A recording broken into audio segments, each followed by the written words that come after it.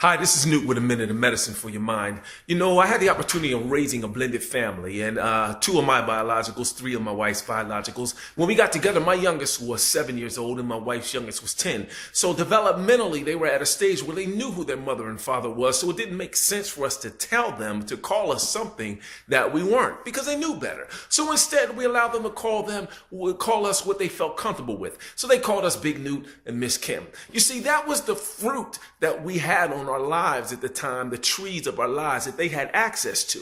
But after time went on, and we showed some consistency, we showed some love and some care, some teaching, some provision, all the things that go along with being a parent. I would notice that, although they might have called us Big Newt and Miss Kim to our face, when they were talking to someone about us, they would always say mom and dad or our parents. And what that let me know is that we had grown some different fruit on our tree of our life. The fruit that was hanging from us was now fruit that as they accessed it, it made them feel comfortable. They vibed and connected in their spirit to call us mom and dad. So what am I trying to say to you today? People are going to come in and out of your life. That's what happens. But if a person has to tell you who they are or tell you what to call them or tell you what they are, then they're not that thing. If they have to tell you, they're not that thing. You see, you'll know who they are and you'll want to call them what they are because you'll recognize their fruit. But you know what? The flip mode happens for us. You see, if we want to be called something or be referred to as something or seen as a certain position